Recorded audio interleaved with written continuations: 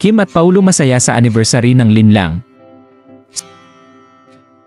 Being grateful and being thankful. Yun lang. Kahit anong mangyari, anong matanggap, ups and downs. Minsan nasa baba, minsan nasa taas. Yeah, let's savor the moment. Sa pagbabalik ni Kim Chiu sa Asap Natin To ay masaya siyang winelcome ng kanyang mga fellow artist. Bukod sa pa-welcome sign sa kanyang dressing room ay masaya rin siyang binati dahil sa award na natanggap sa ibang bansa.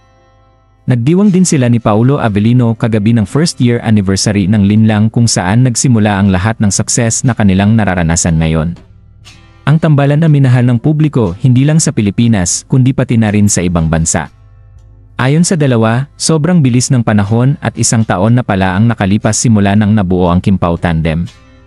Hanggang ngayon ay hindi pa rin sila makapaniwala sa tagumpay at buong suporta na ibinigay ng netizens. Akala ni Kim Chiu noon ay hindi sila tatangkilikin ng mga tao dahil bago ito sa kanilang panlasa, ngunit kabaliktaran ang nangyari. First time niya sa ganitong role at first time niyang gumawa ng ganito kadaring na mga eksena. Kaya naman emotional silang dalawa ni Paulo Avellino at Kim Chiu.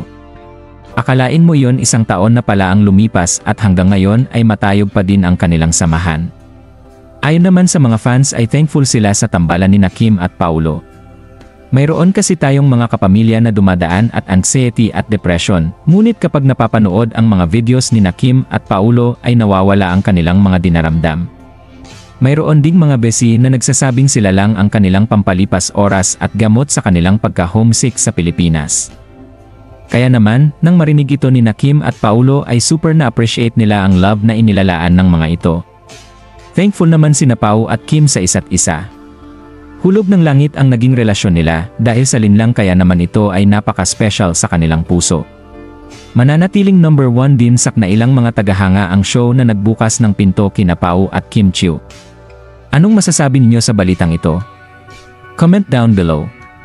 Maraming salamat at huwag kalimutang mag-subscribe for more videos.